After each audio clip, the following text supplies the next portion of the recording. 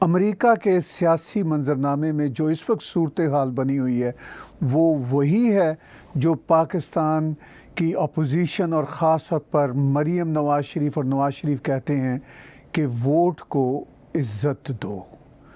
اب لگتا ہے کہ پریزیڈنٹ ٹرمپ کی بھی یہی اچھا ہے، یہی تمنا ہے کہ ووٹ کو عزت ملے۔ جس طرح امریکہ کی کچھ ریاستوں میں ووٹنگ میں اور جو اور ڈیلے کے وہاں پہ ٹیکٹکس ہیں وہ کھیلے جا رہے ہیں، اس میں واقعی ہی صدر ٹرمپ کی یہ خواہش ہو کہ وہ یہ کہیں کہ ووٹ کو عزت دو تو بہت امپورٹنٹ ہے، اور ان تک یہ پیغام پہنچنا چاہیے۔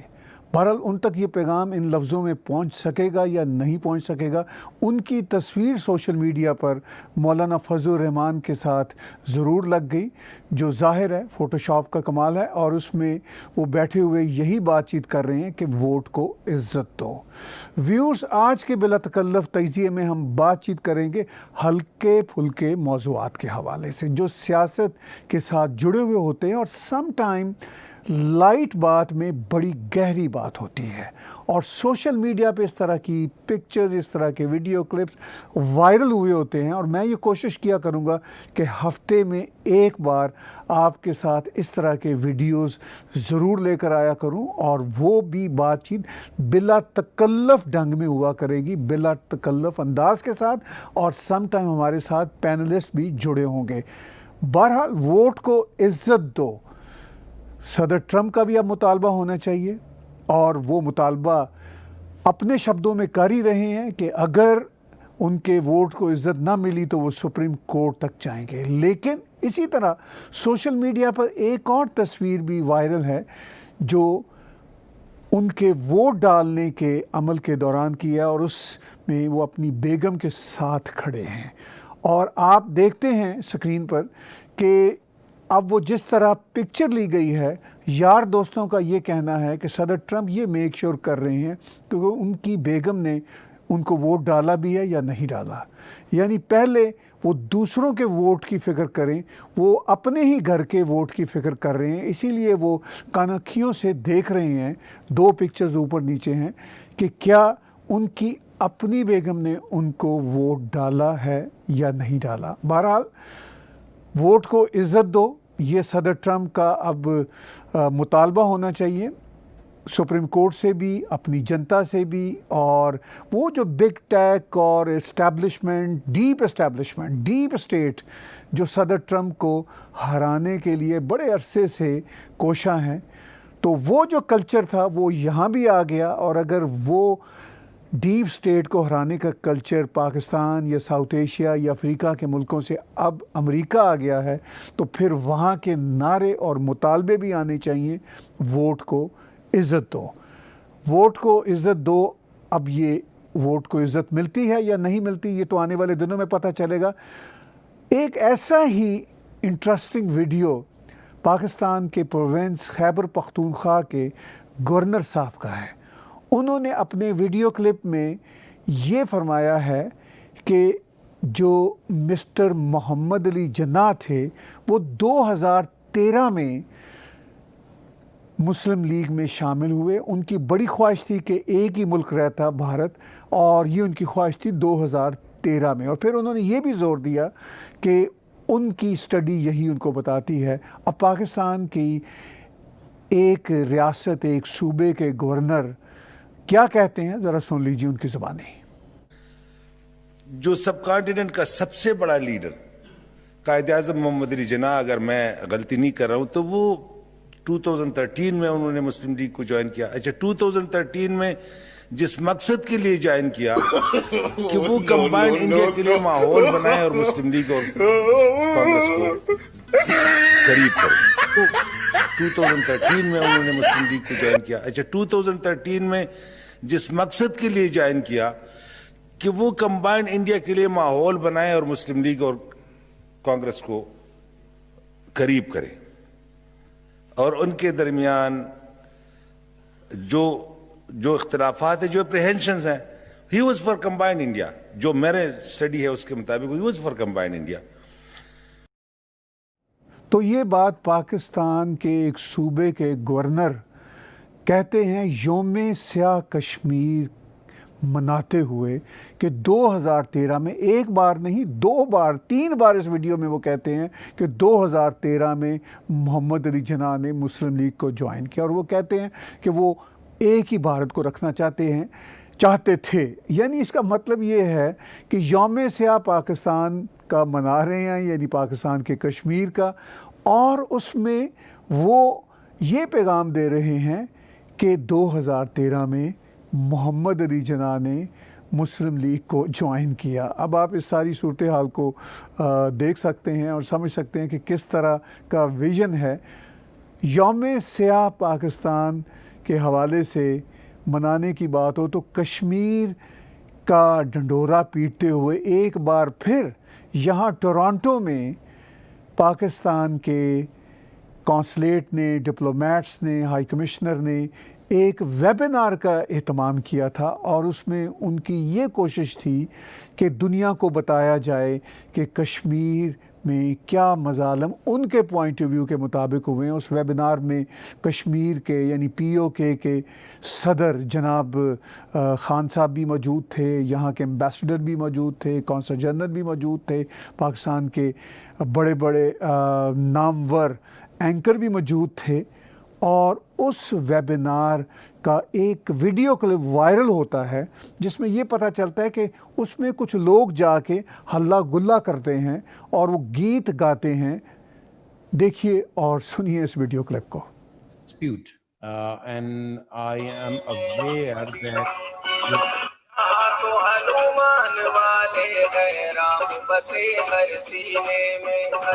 let me mute everyone except I knew that this will happen. And if they empower them, if they empower them economically, then that power is used to crush the will of the people of Jammu and Kashmir.